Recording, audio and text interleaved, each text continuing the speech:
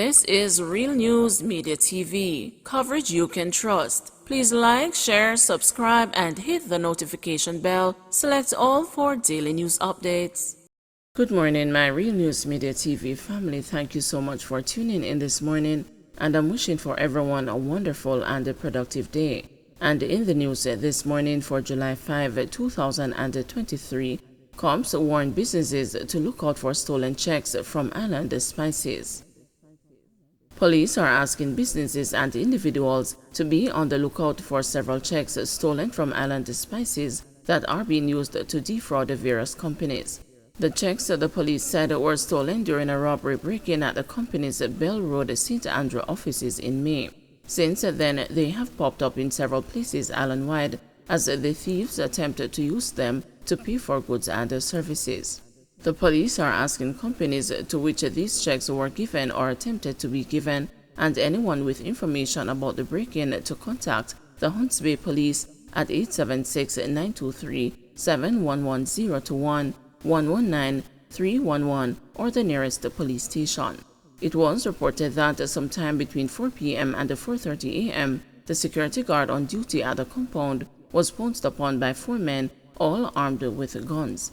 The gunmen reportedly used several tools that they brought to gain access to the premises. They robbed a laptop, US, Canadian, and Jamaican currencies, and an undetermined amount of blank checks, among other items. No arrests have been made in connection with the robbery, the police said. Murdered ex-cop had no fighting chance.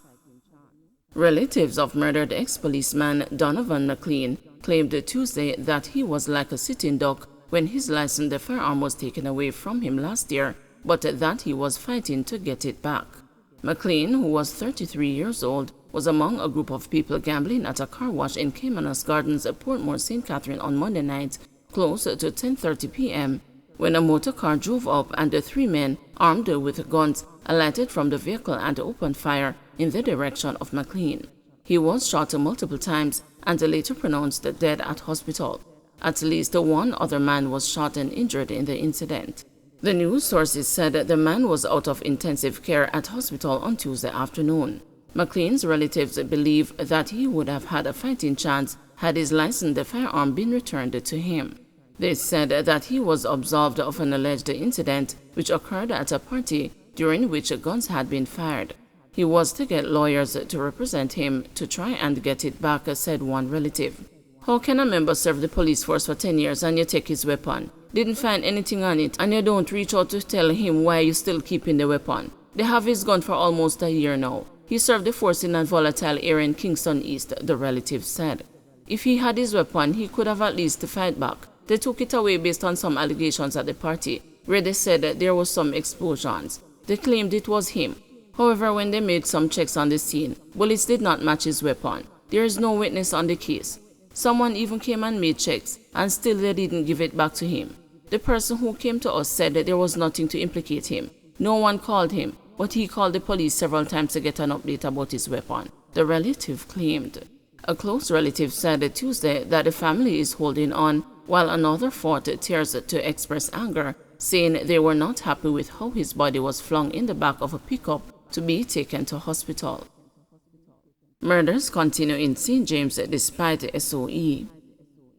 Despite the introduction of the state of public emergency, murders continue to plague St. James. Since the start of the week, 2 murders have been recorded as the parish continues to lead the island as the most bloody police division. The latest on record was a man that was shot and killed in the early hours of Tuesday morning. He has been identified as 23-year-old Nicoy Dove, otherwise called the Coy of Bottom Pen in Glendevon, St. James. According to police reports, residents heard explosions about 12:07 p.m. and alerted them. On their arrival, Dove was seen with gunshot wounds. He was taken to hospital where he was pronounced dead. Just prior to that, in a separate incident, on Monday, 58-year-old farmer Lenroy Buchanan, otherwise called the Sonny Boy, was shot and killed by unknown assailants in his community of Rosemount. Reports are that about 5:30 p.m., Buchanan was on the roadway playing with a group of children when he was attacked and shot. He was taken to hospital where he also died. The St. James police are investigating both incidents. Businessman charged following shooting incident on Beeston Street. A businessman has been slapped with several charges after allegedly shooting another man during a confrontation on Beeston Street, Kingston recently. Charged with wounding with intent, possession of a prohibited weapon, and unauthorized possession of ammunition is 42-year-old Derval Thompson, otherwise called Indian or Coolie, of Love Lane in the parish. Reports are that Thompson approached and confronted a man about a dispute he had with someone else. Thompson then pulled a firearm, shot the complainant, and escaped on foot in the area. The police were summoned and the man was transported to the hospital where he was admitted and treated. On Sunday, June 25, Thompson was arrested by the police and was subsequently charged on Monday, July 3. Motorcyclist killed in Manchester crash. A motorcyclist died as a result of injuries he sustained in a crash on the Downs to Alligator Pond main road in Manchester on Tuesday. Police and residents have so far only identified the deceased as Queen, a resident of Bent Town near the Manchester-St. Elizabeth border. Preliminary reports are that about 3:40 p.m., the motorcyclist was traveling on the main road when he crashed into a wall in the Sea Air area. He was flung from the motorcycle upon impact and sustained severe head injuries. The motorcyclist was taken to hospital where he was pronounced dead. House Speaker at odds with Auditor General over tabling of 3 reports. Speaker of the House of Representatives, Marissa Dalrymple Philibert, has defended her decision to seek legal guidance before tabling Auditor General reports concerning 3 public bodies. Speaking at the Tuesday sitting of the lower house, Mrs. Dalrymple Philibert said a difference of opinion emerged between herself and the Auditor General as to when the reports should be tabled. According to the House Speaker, the law governing when a report into a public body is tabled does not support the practice of it being tabled before being viewed by the relevant minister.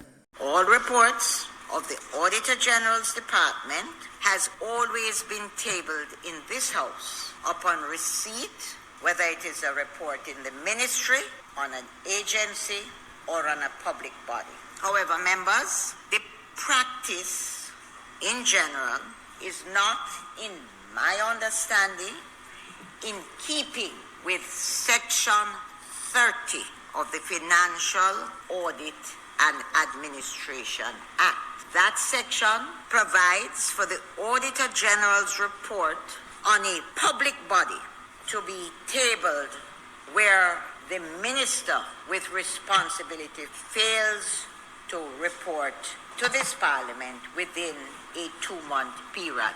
What the law asks that I do is that I give a period of 2 months. Hence, the Registrar of the Parliament has been instructed by the Speaker to log every document that comes into the Parliament, the date and time. And I have told the personnel who mans the registry, a week before 2 months comes, alert myself or the clerk's office. If I have not heard from the relevant minister, I don't care. It's going on the table of Parliament because that is what I understand the Act to be said. Don't forget to like, share, subscribe, and hit the notification bell. Select all for daily news updates.